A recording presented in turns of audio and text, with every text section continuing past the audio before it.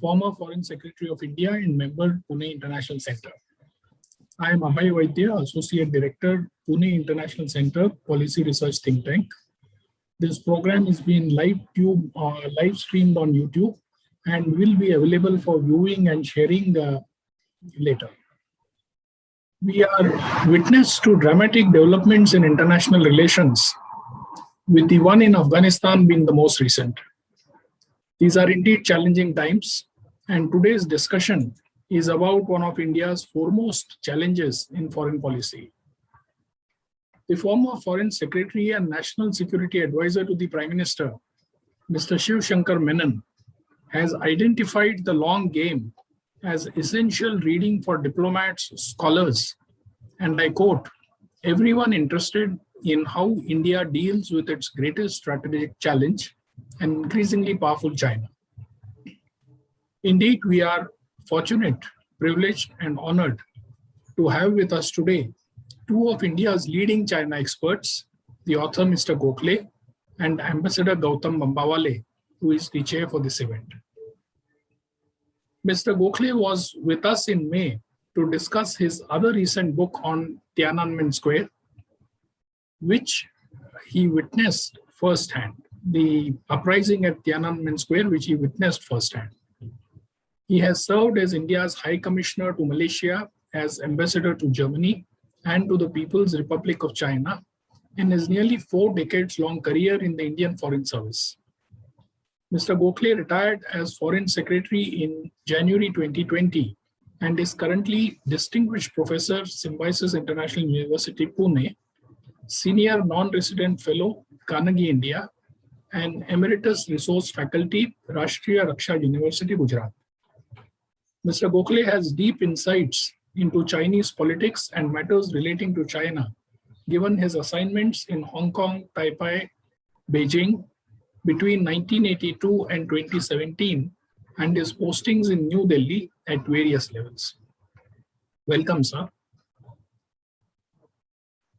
Chairing today's session is Mr. Gautam Bambawale, the former Indian ambassador to China and Bhutan and a former High Commissioner to Pakistan. He is a trustee of Pune International Center, Distinguished Professor, Symbiosis International University, and Senior Advisor, OLA. Ambassador Bambawale is one of the co-authors of Pune International Center's forthcoming book on China. He writes regularly in the media on matters relating to foreign policy. A warm welcome to you, Ambassador Bambawale. We will first have the opening remarks by the chair, followed by an introduction to the book by the author. Ambassador Bambawale will then initiate the question-answer session, for which you are welcome to post your questions in the question box, from where they will be picked up. May I now request the chair to kindly take over the proceedings. Thank you very much, Abhay. And as all of you know, China has always been a subject which has been fascinating for us here in India, and particularly here in Pune and in the Pune International Center.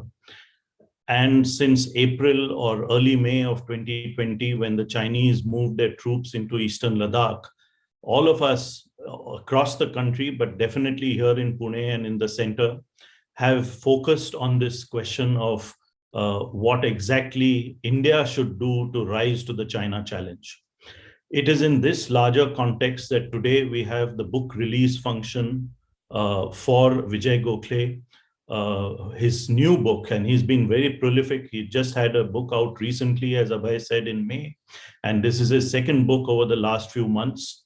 It's called The Long Game: How the Chinese Negotiate with India.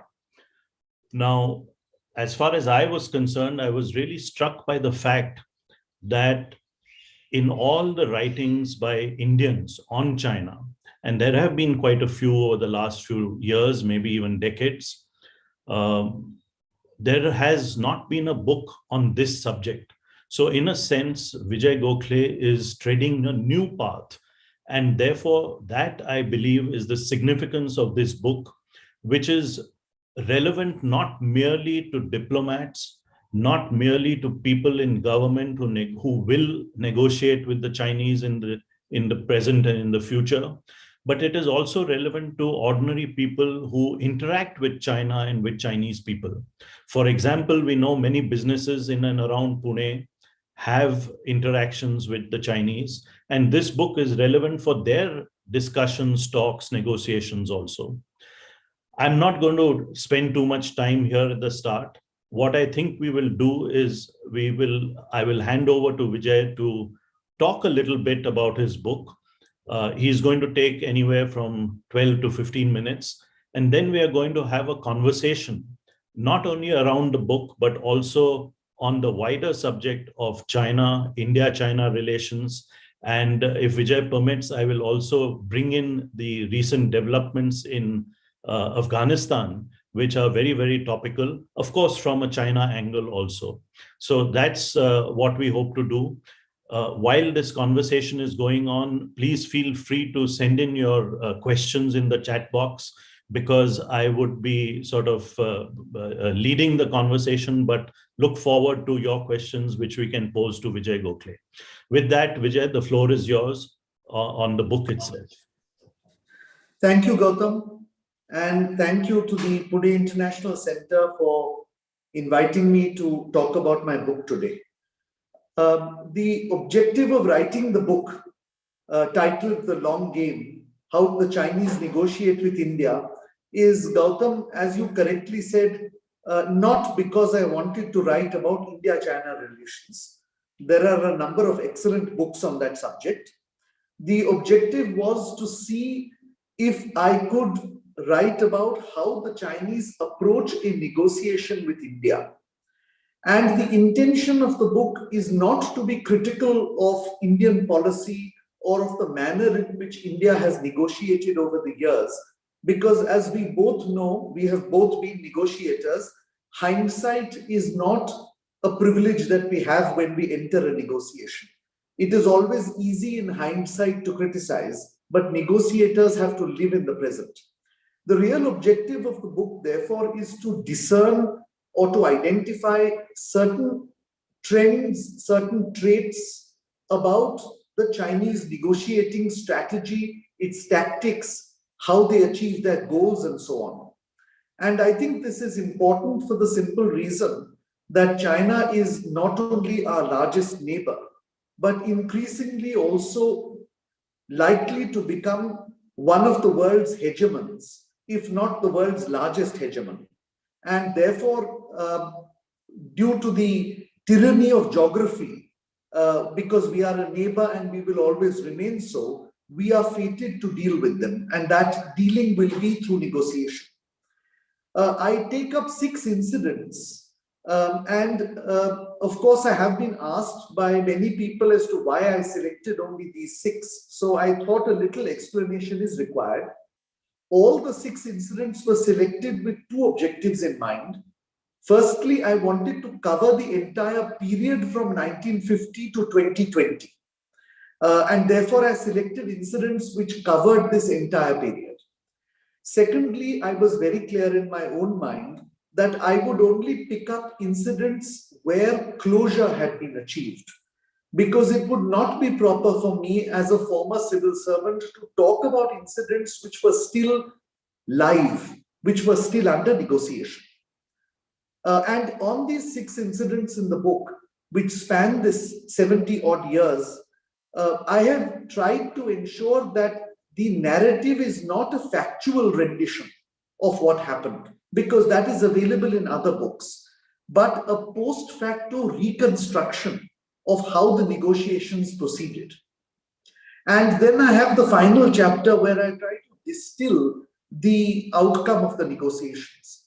One objective I did set myself when I wrote the book was to try and write it in a way and in a style that would be understandable to the ordinary Indian citizen, those who had an interest in knowing about China.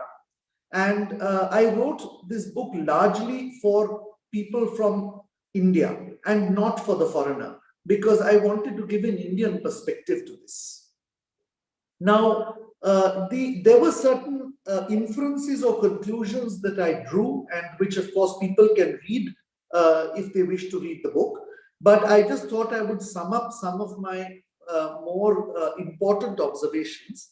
And these observations were based not only on these 6 incidents that I covered, but also on the more general experience that you and I both have had when we have talked with the Chinese. First, I felt that they prepare for a negotiation very carefully. That includes studying of old records, and their records are undeniably better than ours because they have a history and tradition of record keeping, but they also prepare through wide consultations, not only within the government, but with experts and those who know China who are either no longer in the government or who are outside the government. This, in a sense, allows the Chinese negotiator to quickly take advantage of institutional memory. And therefore, it does not require her or him to study in any great detail the background, because they have the facility to plug into people or to records which can give this to them quickly. And I think that is part of the success in their negotiations, because they prepare well for it. The second point, I think, is agenda setting. And this is an important point, because as a democracy, or in a democracy, everything is open for discussion.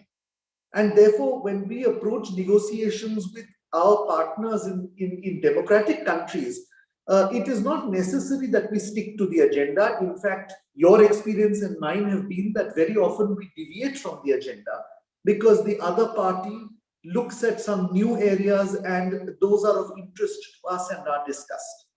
But with the Chinese side, agenda setting is important because they try to circumscribe the scope of the talks to subjects and topics of their interest. It is, in short, a method of control. And it has taken us a while to figure this out.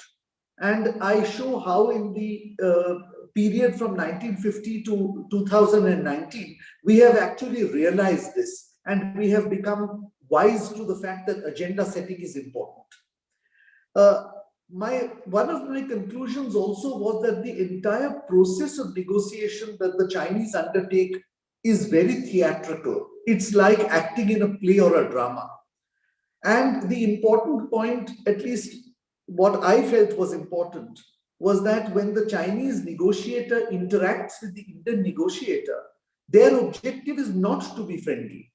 When we as negotiators interact with other negotiators, our approach is to build a personal rapport, to establish a certain equation with our counterpart, to try and create a positive atmosphere for the talks and so on. But Chinese efforts don't make efforts to befriend the negotiator. Every word they use, every gesture they make conveys a message. It does not convey emotion, unlike those diplomats who serve in democracies, where we also bring a certain emotionalism and emotiveness into our discussion. The Chinese are not like that. Therefore, every posture they adopt, ranging from flattery to claiming that they are victims, to an air of resignation that they sometimes put on.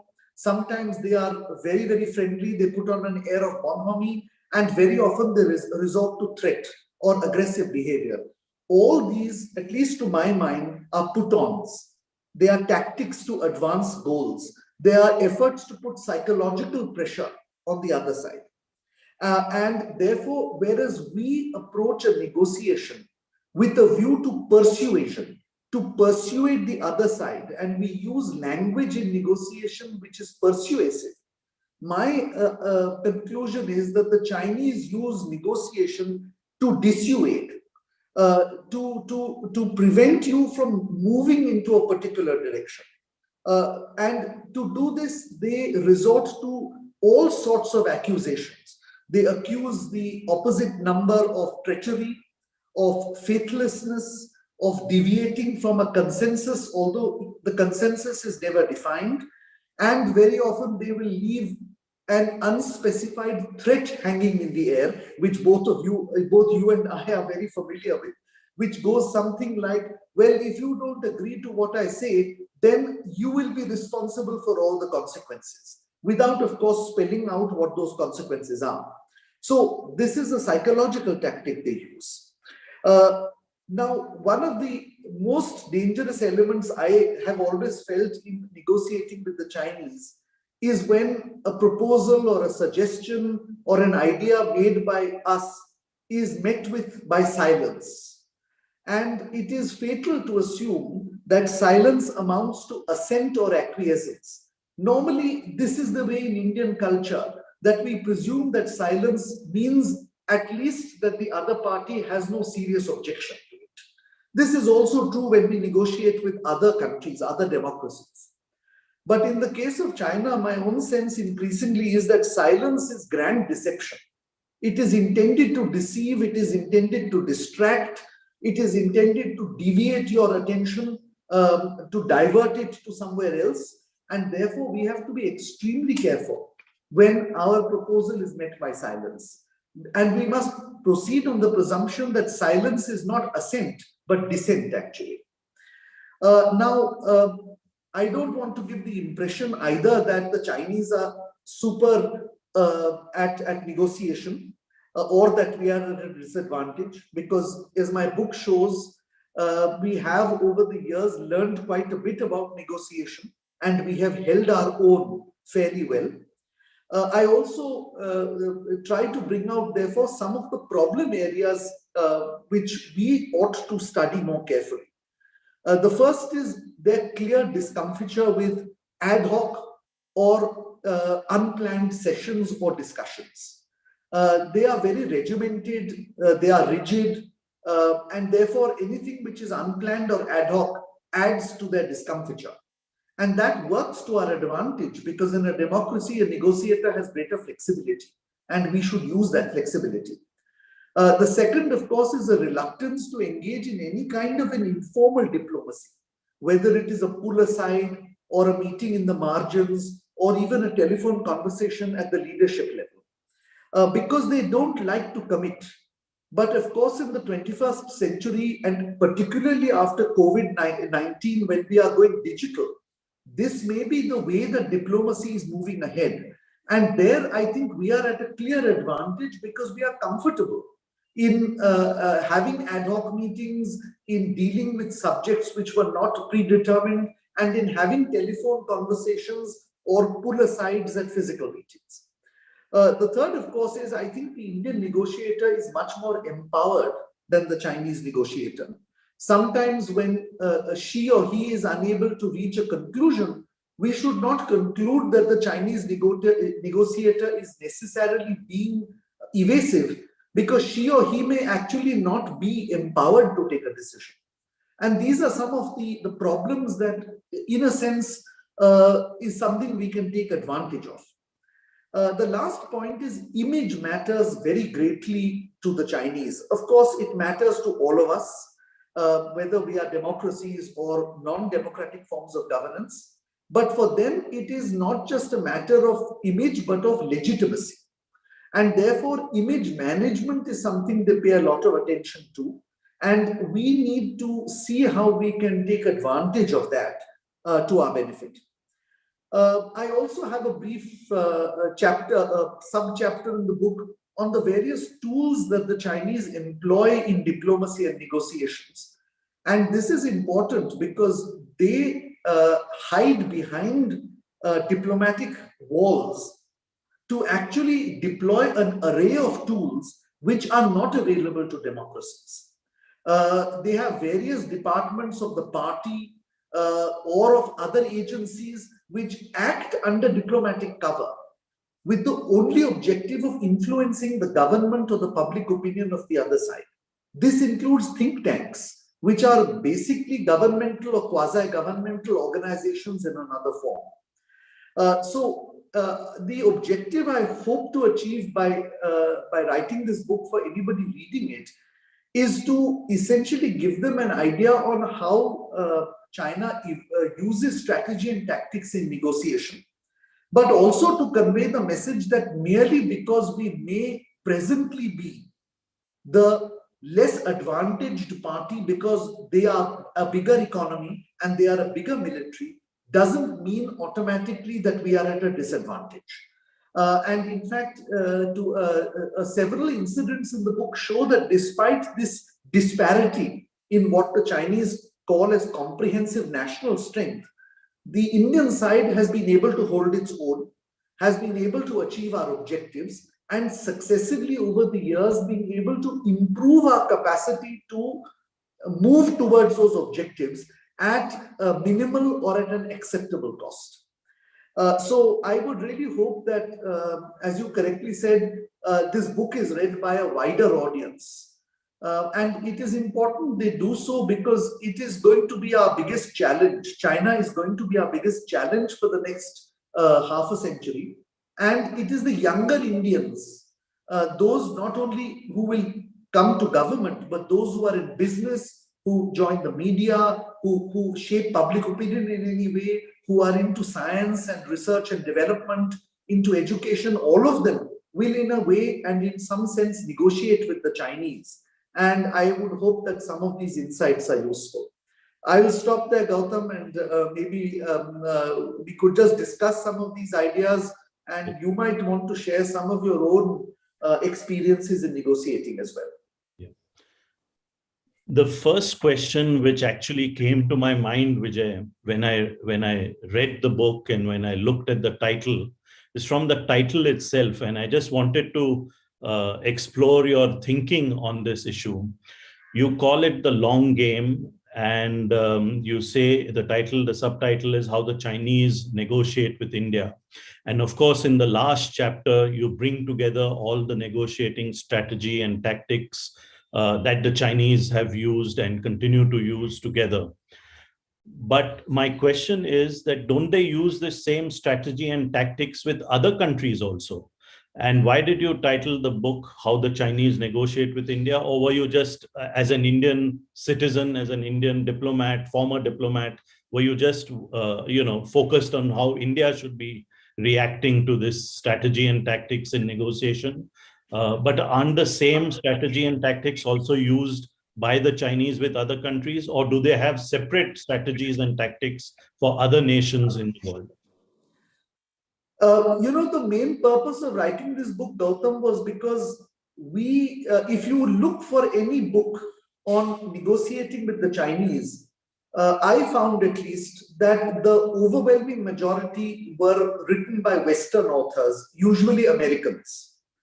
And during the course of the 30-odd years, I felt that many of the bits of advice that were rendered in the book didn't automatically apply in the India-China context. Because in the US-China negotiation, the United States was and perhaps remains the bigger power, the stronger power, and therefore negotiates from a position of relative strength. And the Chinese always needed something from the Americans. And therefore, there were certain limitations and constraints of power as well as certain requirements of development. This did not necessarily apply to us. Our relationship with China is predicated on many other factors. It is not the sort of power play that the Sino-US relationship is. Therefore, I felt that a book which brought the Indian perspective or focused on the Indian perspective was important. And therefore, I tried to identify negotiating tactics or strategy which the Chinese used with us in the hope that those who read my book would realize that this is actually a first-hand knowledge of how the Chinese negotiate with us rather than getting second-hand knowledge from American authors. Now, of course, the title, The Long View, was because it has been my view that when the Chinese enter a negotiation, they always play for their playbook is a very long one. They play for the long term. By this, I don't intend to say that we do not play for the long term. But what I do show in the book is that we started out playing for the short term. And over time, we have learned to play for the long term. And the penultimate chapter of the book, which is the chapter on the listing of Masood Azhar as a terrorist in the United Nations, in fact vindicates the position that India played the long game here. And eventually despite the fact that we had setbacks, we had to change tactics, we had to revise strategy, we eventually got to the point which we intended to get to. And in that process, we were able to, in a sense, make the Chinese agree to what we wanted. So I think the point is the long game is being played by both sides. But the thrust of the book is analyzing how the Chinese negotiate with us and not how we negotiate with the Chinese. Yeah. Yeah, sure. Excellent. It was very good that you mentioned that of the 6 different cases or instances that you have analyzed, the one is about Masood Azhar.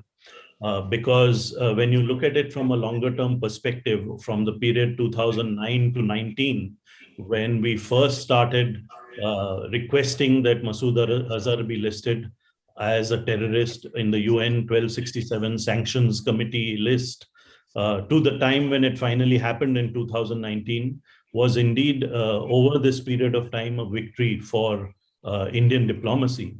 Similarly, despite all China's strategy and tactics in negotiation, we did score a victory where the clean passage or the clean waiver that was given by the nuclear suppliers group to the bilateral agreement between India and the United States took place in 2008.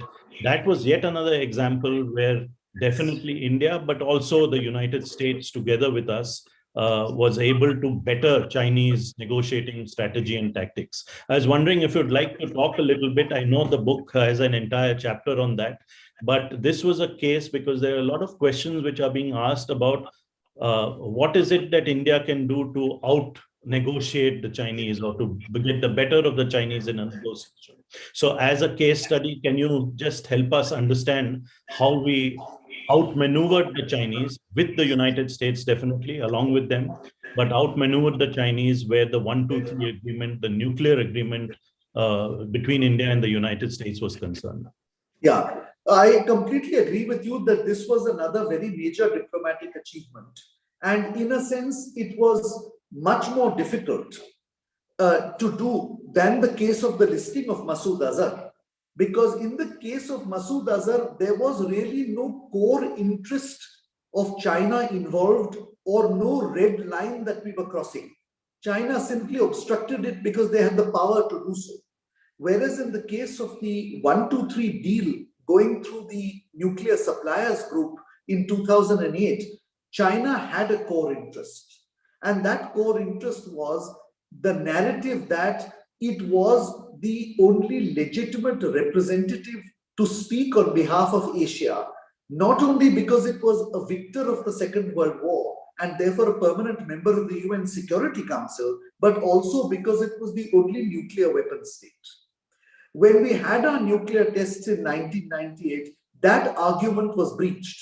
Nonetheless, the Chinese continued to believe that the rest of the world would never give us the legitimacy that we craved, that we might have nuclear weapons, but we would, in a sense, be a nuclear pariah. Here, I think one of the factors which worked to our advantage was the lack of experience that China had in understanding India in the 90s. Both of us have worked in China in the 80s as well. We have dealt, both of you and me, with Chinese experts who had a pretty good information about India in the 80s. Both diplomats who served multiple times in India and South Asia, and academic experts who did a lot of research on India and spoke several Indian languages fluently. But by the time both of us went back the second time, at the end of the 90s and in the early 2000s, much of that scholarship had disappeared, largely because China turned to the West, where investment was coming in, capital and technology were flowing in. And China also had other interests, such as the Middle East, where energy started to flow from, and Africa, where resources were being mined and shipped to China. And therefore, India fell low in the priority. Now, this, of course, to one extent worked to our advantage, because their impression of India in around the 2000s was very different from the India that actually existed. their media would report about the negative aspects of India, whether it was the sale of gold, or the assassination of Prime Minister Rajiv Gandhi, or the Mandal Commission and the social disturbances that occurred. But they wouldn't, there was no reporting on the economic reforms, for instance, or the fact that we had adjusted to the post-World War order and we had a policy of multi-alignment. So I think they misjudged our capacity for diplomacy when it came to the 123 agreement, because they believed that differences between India and the United States were so great that they would never be bridged. Whereas in fact, both Prime Minister Atal Bihari Vajpayee and Dr. Manmohan Singh had worked very hard to bridge that gap. Therefore, I think to some extent, we had an advantage going into the 123 deal and the nuclear supplier group clean waiver agreement, because we were better informed than the Chinese were. But secondly, I think we also showed flexible diplomacy.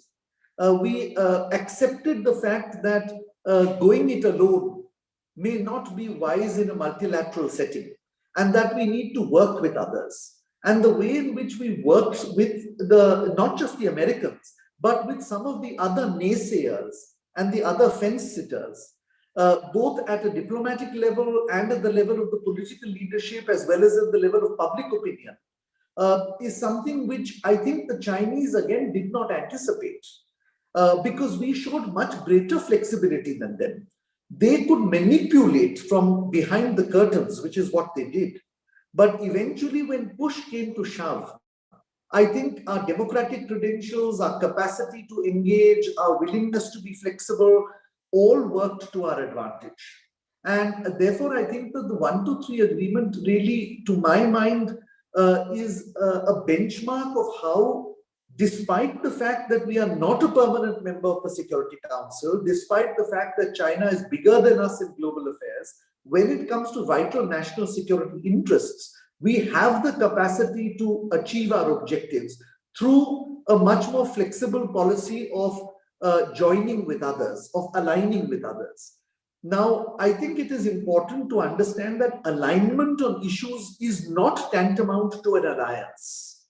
And this is a differentiation we need to increasingly make, because the Chinese want Indian public opinion or global public opinion to be confused about this. They want the public opinion, certainly in the Indo-Pacific, to believe that because India is pursuing its own national interests by aligning on a particular issue with a particular set of countries, that automatically means it is an anti-China alliance, while both of us know it is nothing of the sort.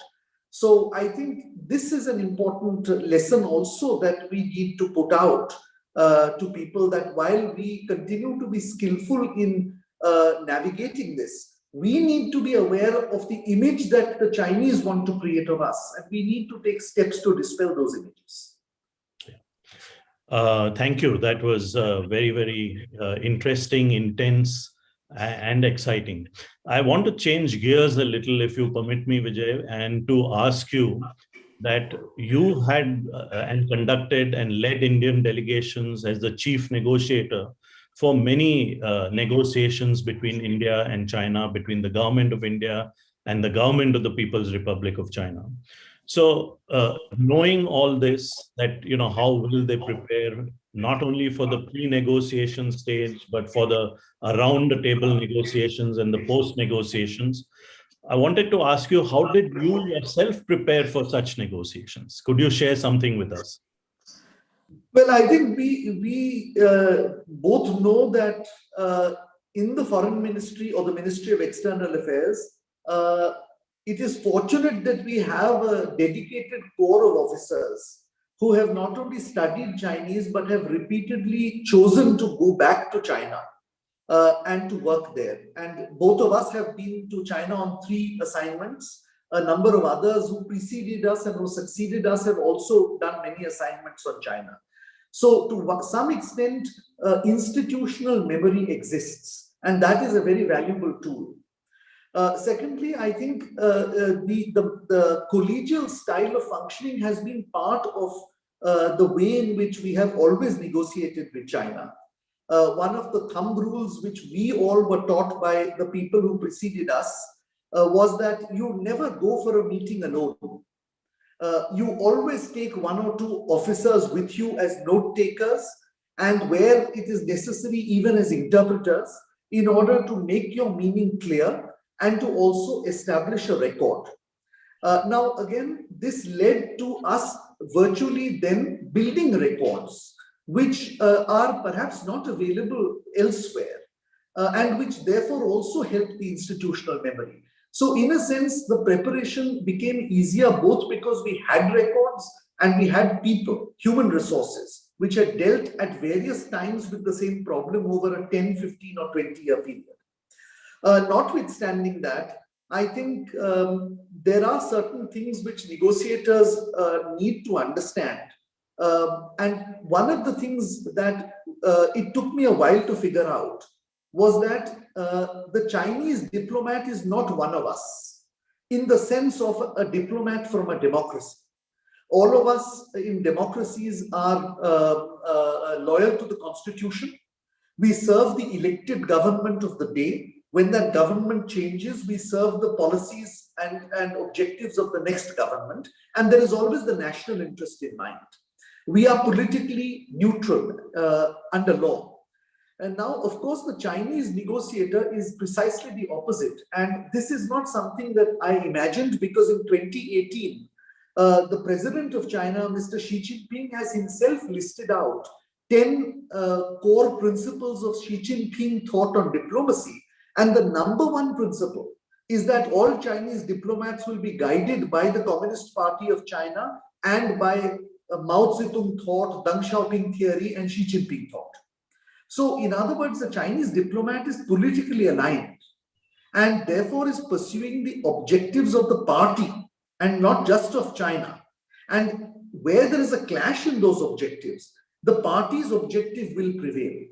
And therefore, his approach or her approach is an ideological approach. And therefore, sometimes logic or open-minded discussion doesn't work, because the Chinese negotiator is fulfilling a party line as well as a national line. So this is something which I think we all need to prepare for, and we did prepare for it. And this also meant that we are much more alert about the use of certain tactics that they had, particularly flattery. They would call us old friends of China because we had lived there and served there. But I think it is fair to say that both you and me never actually fell for that trick, although they tried very hard. There are a number of other tricks. There is a put on anger, an effort to psychologically shame the opposite number at times in front of her or his delegation, an unspoken threat of going back without achieving results, which did cause, I must confess, some trepidation in me at times, because it is never good to return back without an agreement or with an unsuccessful outing. But I think over time, we all inured ourselves to these efforts. We taught ourselves that these were only tactics, and that in the end, failure was something that was not an option for them either.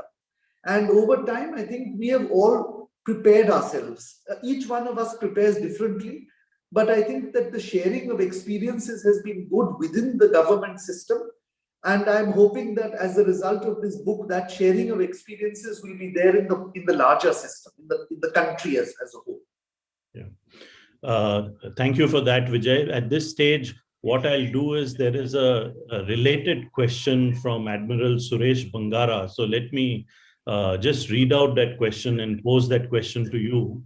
And he writes, what has the Indian Foreign Service done to train specialists in negotiations, either at the Harvard Business School, the global hub for negotiations, the Harvard Business School, or at the Kennedy School of Administration of Diplomacy? So what has the Indian Foreign Service done in this respect? Yeah, okay, that's a fair question. But again, I would like to put forward the perspective that it is better that we develop our own science and art of negotiating with the Chinese rather than getting trained in the West. Because Western objectives, the methods, and so on are very different from ours. And it is important to understand China's culture, environment, and the culture of negotiation. And I think that the West doesn't have a full measure of this as yet. So while Harvard and Kennedy are important institutions, and I'm not in any way lessening their importance, I believe that part of Atmanirbhar Bharat is self-reliance in developing our own teachings on negotiations. One important point I do want to mention here is that over the years, a lot of effort has been put in by the External Affairs Ministry to train not only diplomats, but to create a skilled cadre of Chinese-speaking officers at interpreter level. And we have a host of them now, certainly more than the fingers on both hands, who can be deployed, who have a deep and intimate knowledge of the language, a certain fluency, a grasp of the Chinese idiom, a very good understanding of Chinese negotiating culture, and a familiarity with the Chinese leadership's behavior, because they have been interpreters between our leaders and Chinese leaders. And I think that is one very big addition that the government of India has done. The second innovation, and this was one brought about by the late Srimati Sushma Swaraj when she was External Affairs Minister, was another program by the External Affairs Ministry called the Atal Bihari Vajpayee Program of Training, where where people outside the foreign service or outside the government, scholars who are studying Chinese in universities in India or in institutions, are picked up and at government cost, substantial cost I might add, sent to top-level training institutions in the United States, schools like Monterey, the Middlebury Institute for International Studies, which is the top training institution, to learn negotiation and to learn the art of interpretation and translation. Now, these are people who will be useful for wider society as well, because government's intention was, of course, to train them for the use of government, but also for availability for public at large. Thirdly, I would say that the Foreign Service Institute now has modules on China studies. Notwithstanding this, I would frankly admit, and I'm sure you would also, Gautam, that the Admiral has a point in that we need to have a structured course on negotiations in particular. And so that point is very well taken. I hope that this book is part of that process, and we shall see how it evolves. In any case, I'm not in the government any longer, so I can't do very much about it. But I'm sure that those who are in the government are very conscious of this, and therefore they will do something about it. I think I will not be spilling any state secrets by sharing with all our audience that what Vijay Gokhale just mentioned, that there is a cadre of interpreter level Indian Foreign Service officers which have been trained over the last so many decades, that at least two of them, if I can remember, are from Pune itself. One is Shilpa Kambule, whose interpretation is absolutely stunning. And the other is Priyanka Sohni, who's now currently in Beijing and has been interpreting for prime ministers, our prime minister and our president. So I thought I'd share that with our audience in Pune. Vijay, there's another question which is also related to this by Srinivas Kelkar. So let me read that out to you. That during negotiations between India and China, how often is the Indian side, or how often are the Indian negotiators surprised by the Chinese stand, and how many times do we surprise them by our stand? I would certainly say on balance that we are less and less surprised by the Chinese positions, because we have had a considerable degree of experience now. And there are certain handicaps that they face, primarily because they are also ideologically aligned, which limits their flexibility. To that extent, the Indian negotiator, if she or he chooses, can actually deploy a much wider range of negotiating tactics than the Chinese can. And to some extent, because of our individuality, we can take them by surprise as compared to them, because they are negotiating to a very strict brief and their behavioral patterns are a bit repetitive. Now, notwithstanding that, of course, the fact of the matter is that there are occasions when they have surprised us, when they have caught us by surprise. But because you never go alone to a negotiation, there are invariably others who go with you. There is a good likelihood now, if your team is proper and well balanced, that even though you may have missed a certain move they make, somebody else in the delegation will recount an example or recall a similar move in an earlier negotiation. And this, in effect, has resulted in our lead negotiators being fairly capable of holding their own, provided, and here I add the proviso, provided we prepare well for the negotiations. I come back to the key point that preparation in negotiating with the Chinese is perhaps more important than preparations in negotiating with other countries, because the opposite side is not only well prepared, but you need to minimize the surprises that the other side can give. One of the points you make in the book, Vijay, is that the Chinese always negotiate at lower levels. You don't see their president negotiating with our prime minister or their prime minister negotiating with our prime minister. It's always done at lower levels so that the topmost leaders don't get into, don't get their hands dirty in the negotiations. As opposed to that, I thought I'd share with you and with the audience that in 2001, when India, then Prime Minister Mr. Vajpayee, had invited the then president of Pakistan, President Musharraf, General Musharraf, to Agra. We saw this spectacle, and I was there, so I was, and understanding the Chinese way of doing it, as Vijay has explained in his book, I was horrified when President Musharraf came up to Prime Minister Modi with a piece of paper, which was the proposed joint statement, which was to have been released and was never released in Agra, to negotiate with him. So do you think other countries do try to do this with the Chinese? If Musharraf could do it with Prime Minister Vajpayee, do you think he would have done it with the president of China?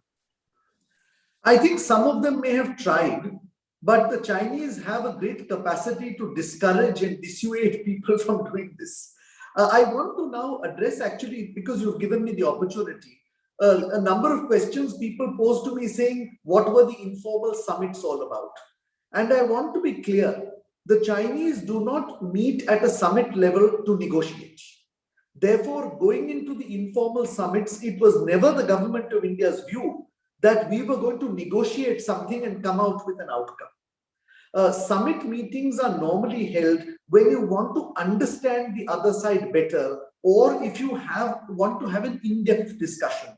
And I think we need to recall that there were multiple summits between the Soviets and the Americans before any nuclear agreement could come out, or between the Chinese and the Americans before diplomatic relations were established. So one should not think that summit interactions are necessarily result-oriented. Now, I think that the fact that the Chinese leadership is not comfortable with such summit-level meetings will work to our advantage in the future.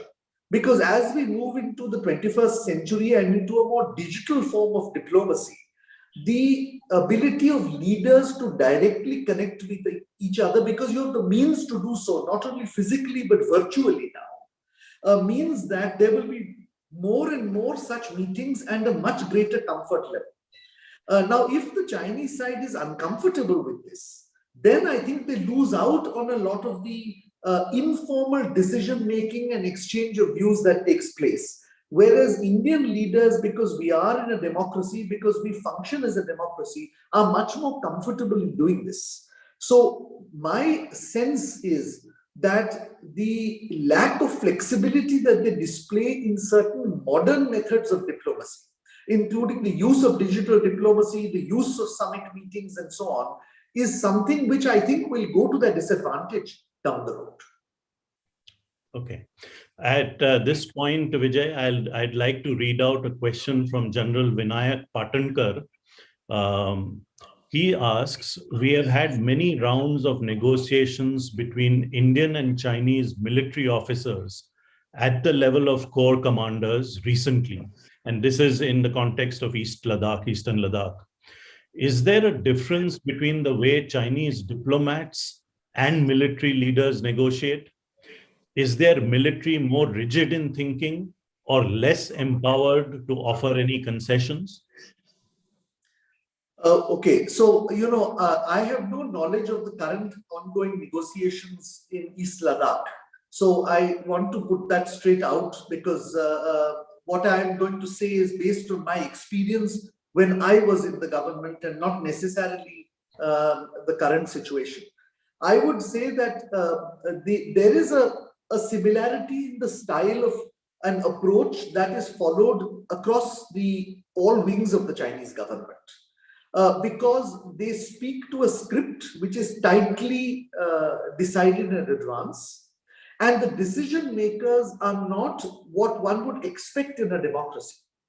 In a democracy, for instance, the military leaders of the country, that is the Chief of Army Staff, the Army Commanders, the Director General of Military Operations, and so on, would take certain key decisions. Let us say if there is a border personnel meeting, either with Pakistan or with China or with any other neighbor, and empower the local negotiator at whatever rank he or she might be to negotiate within those broad parameters, to revert quickly in case there is a new situation, and to get a fresh set of orders.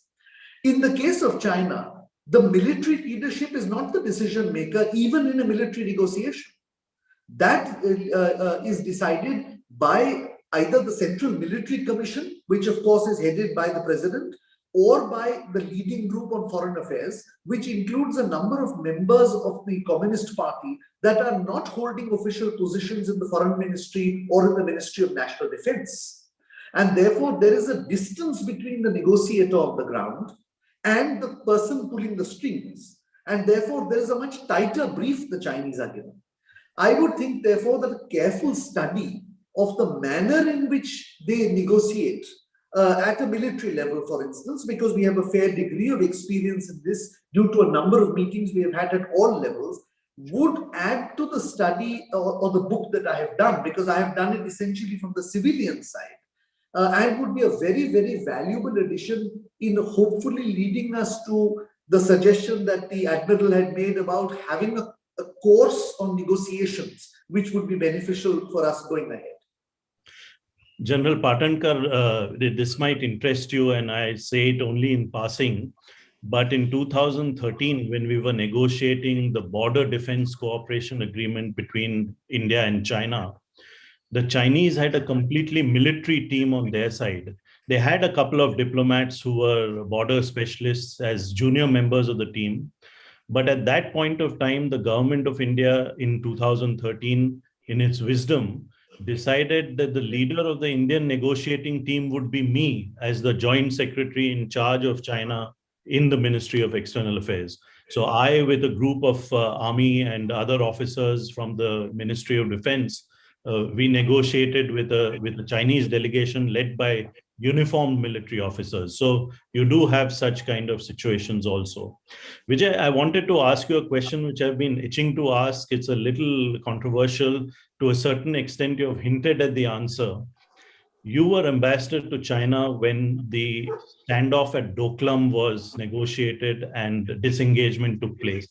Why did you decide not to include that in your book as one of the case studies? Oh, that's a live issue. So I just felt it was unethical of me to talk about it. Because irrespective of what I said, and even what I say, somebody will I mean, I may unintentionally be giving away information that somebody else may benefit from, which is why even in after retirement, I have not commented on the standoff in East Ladakh. I think it's not appropriate, having held the position of Foreign Secretary just a year and a half ago. let me pick up a question posed by Amit Paranspe. And he says that, is there any similarity between the negotiating strategy and tactics of China with that of Japan or Korea, in the sense that is there some kind of larger East Asian negotiation culture? Or does China have only their own unique style and Japan and Korea doesn't, don't come to that, don't match it? Oh, that's actually a very interesting question. And of course, I need to think a lot about it because both you and I have dealt with all three countries actually and had negotiations with all three. So an off-the-cuff reply would essentially be, Amit, that there are certain cultural conditionings and cultural traits which all three share, including discipline in a negotiation. Only the lead negotiator will talk. They tend to negotiate from a set piece, from reading out of notes rather than a free-flowing conversation and so on. But the difference lies in the political system. Because Japan and Korea are democracies like ours, the decision-making is very different from the case with China. And the negotiator is almost always more empowered if he or she is Japanese or Korean than the Chinese negotiator. So I think that the commonalities are there, but they stop at a point. And then there are a lot of commonalities between the way in which Indians negotiate and the way in which the Japanese and the Koreans negotiate. Of course, I need to also make the general observation that all three are tough negotiators. And sometimes the Japanese might actually be tougher than the Chinese. Vijay, if you permit, because we are running out of time, there are a large number of questions, which I think what we'll do is print out and request you for answers. We'll give them written answers. But I wanted to talk a little bit about the situation in Afghanistan, vis-a-vis China, of course. And the question is that, do you think that China is better placed than India? Definitely, I think so. In where the evolving situation in Afghanistan is concerned. Do you think that a Taliban government or even a national unity government, as they're trying to set up in Afghanistan, will surprise the Chinese on the question of their treatment of the Uyghurs in Xinjiang? How do you see this developing? How do you see the situation between China, Pakistan, Afghanistan developing in the coming weeks, if not in months? So I have a bit of a counterintuitive thinking here, Gautam. I think the Chinese were surprised by the rapidity of the American withdrawal and the collapse of the Afghan national government. I do not think that this was desirable from their perspective. They were hoping for a more graduated withdrawal, where they would be able to then build alternative connections and contacts, and also in some respects fill that vacant space, although not militarily. So I think that there must be as much of consternation in Beijing as there may be in Washington or in any other capital, including in New Delhi.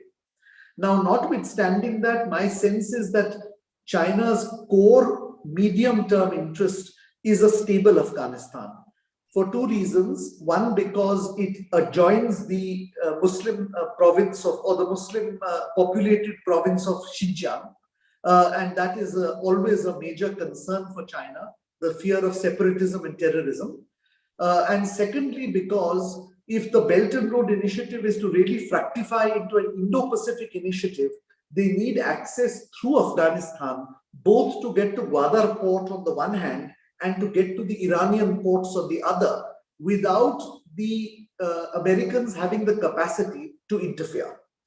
Now, frankly, this situation, both these objectives can only be achieved if there is a stability in Afghanistan. And my contention is that as far as Pakistan is concerned, the greater the instability in Afghanistan, the more authority and the more influence it wields. Therefore, my own counterintuitive thinking is that while in the short term interests converge or partially converge, in the long term, there appears to be a divergence of interest between Pakistan, which desires a certain amount of instability so that they can be the prime influencer, and China, which requires great stability to ensure that the Belt and Road Initiative works and that there is no flow or sort of blowback from terrorism into Xinjiang. Now, of course, this is all conjecture, simply because we don't even know what's going to happen day after tomorrow. But my sense is that we should be aware that the Chinese might not be as joyful of what has happened as we think. A complete Taliban victory gives them less leverage over Afghanistan, less leverage over Pakistan. And I think that they don't entirely trust the Pakistanis to manage the radicalism and fundamentalism problem. In short, what I'm saying is, I think we need to watch what China does without jumping to conclusions at this stage. Thank you, Vijay, for that and for the excellent, book release function that we have held. Let me once again say that even though Abhay asked me whether we should extend our session by 15 minutes because there are any number of questions, in all my negotiations with the Chinese, I have learned keep it short. So I'm going to finish off today's. We have whetted your appetite. The way to answer your questions is to buy Vijay's book, The Long Game, and I'm going to hand it back to Abhay to bring today's excellent session to a close. Thank you so much, Vijay, and thank you all of you for being with us. Thank you, Gautam. Thank you. Thank you, Ambassador Bambawale, and thank you, Mr. Gokhale. Truly, this has been an extraordinary discussion as compared to so many of the previous very interesting discussions we've had in the past. And Mr. Gokhale, you really presented such deep insights into how the Chinese and the Indians negotiate. Valuable nuggets of information, the record keeping by the Chinese, the use of silence, and how India has built its negotiating capabilities over the years with the interpreter's cadre, which both you and Ambassador Bambawale mentioned. And sorry to interrupt. It's not an interpreter's cadre. It's foreign service officers who can interpret in Chinese. Exactly. Wonderful. Yes. And Ambassador Bambawale, perhaps there is no one better than you to hold this conversation because you are yourself a China expert. So I wish to thank both of you for this conversation. I would once again like to repeat that this is the Tiananmen Square Uprising. This is the book by Mr. Gokhale previously, Tiananmen Square, The Making of a Protest. And the book, of course, that we are discussing is The Long Game, How the Chinese Negotiate with India. So I would like to thank the audience for their participation and for the numerous questions that have come in. I would also like to thank my colleagues Kiran and Amresh for their back-end support. And lastly, before we close, I would like to mention that our next event is on 21st August at 11 a.m. This is a PIC Adda event, How Young Minds Are Designing Their Own Future. The speaker is Dr. Archana Sudame, co-founder, Science, Technology, Engineering or Mathematics Outside the Box. And this session will be moderated by Dr. Sangeeta Kale, professor in physics and director at the Defense Institute of Advanced Technology. So with this, we would like to bring this event to a close. I wish to thank all of you for your participation. Thank you, sir, once again, Mr. Gokhale and Ambassador Bambawale. And I wish all of you a pleasant evening. Thank you. Thank you.